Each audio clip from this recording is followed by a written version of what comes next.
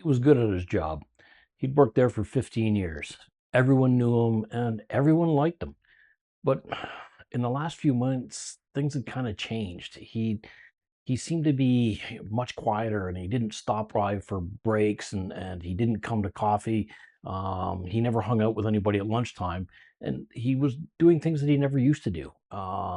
He was making mistakes that it was just unusual for him.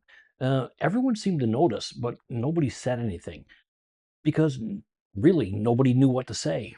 And about, I guess it was 3 weeks later, he was gone. And I mean, no, he wasn't transferred and he wasn't laid off. He was gone. And every single person that we worked with, we all said the same thing afterwards. I did feel like something was wrong, but I just didn't say anything. That particular moment right there is what this episode is all about. There's a statistic that doesn't get talked about much in the industrial workplaces, and it's suicide. And unfortunately, suicide is one of the leading causes of death among men that are working the trades. It's not from equipment accidents or it's not from falls, and it's not from machinery. It's suicide. It's unusual, eh? Like it's not something that's talked about.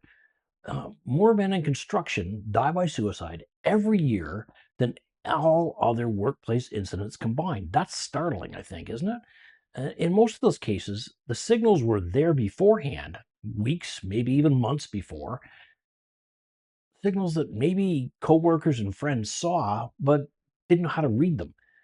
That changes and has to change as of today. So mental distress, it rarely ever announces itself. It doesn't arrive dramatically and scream at you or anything like that. It arrives rather quietly and it comes in as change. And that's exactly what we're looking for. When we're looking for somebody that's had a change, who's become socially withdrawn or stops talking at breaks, goes outside and eats by themselves, somebody that took pride in their work, or somebody that is no longer taking pride in their work and they're missing details that they never would have missed before. They're sometimes antisocial about things and have a short fuse. They react to things that seem to be out of proportion to what you've ever known before. Sometimes they give away things like tools and personal items and claim things like, well, I probably am not going to need this anymore. People don't pick up on that.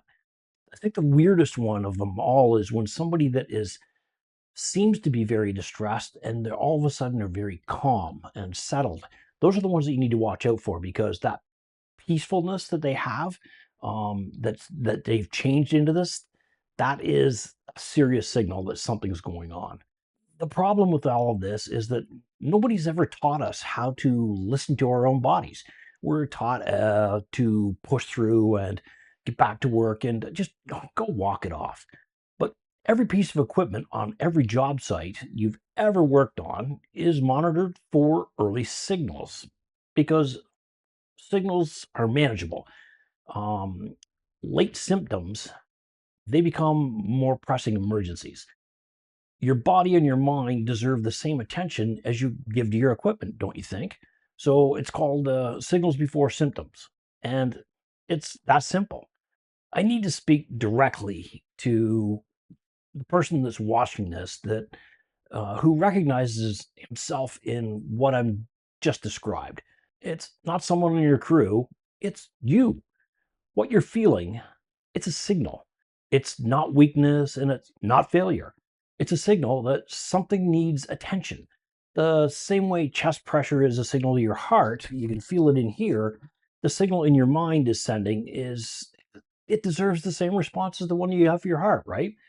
When you talk to somebody, you don't have to explain it perfectly. You don't have to have all the words. You just have to tell someone, hey, you know what? I'm not doing all right. That's all you need to say. That's where the whole situation starts, right? If you're not ready to tell someone you know, please reach out and call. It's uh, call or you can text. It's 988, and you can call or text that anywhere in Canada or the US. So in North America, that's a free thing. And it's available anytime. And the person on the other end is experienced and they're there exactly for these reasons. For the person that's standing beside the person I was just explaining, you don't need to have a title and you're not Superman. You don't need to be. You just need to be yourself to help save somebody else's life, right? You don't need training and absolutely do not need perfect words.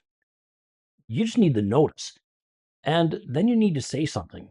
If it's someone on your crew isn't acting quite himself, go stand beside him.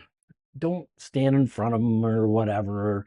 Stand right beside him and say, "Hey, man, are you sure you're doing all right? Because it doesn't seem to be from my vantage point."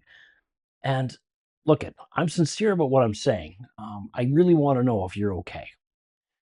And at that particular time, after you say that stuff, just stop talking. It's your time to listen. Remember, you don't need to fix anything here. You just need to ask the question. And you need to do that with sincerity, conviction.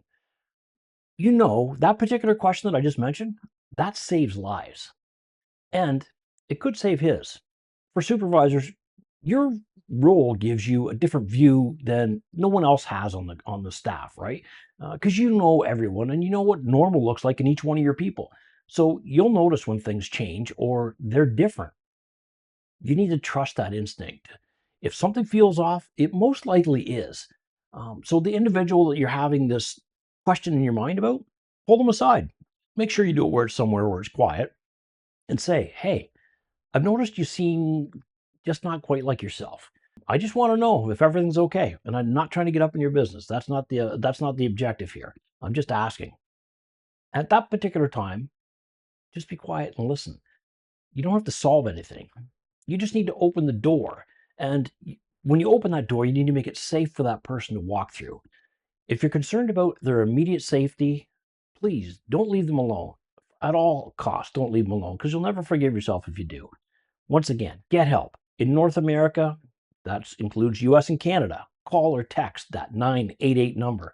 And if that's not working for you, if you want something like it right now, call emergency services.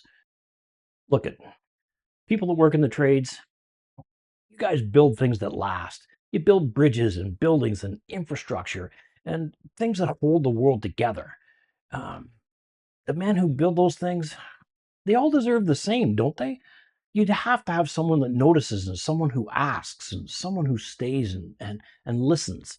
Um, Mental distress, like I said, it's a signal. And like every signal, it comes before the crisis. And like every signal, it can be acted on before it's too late.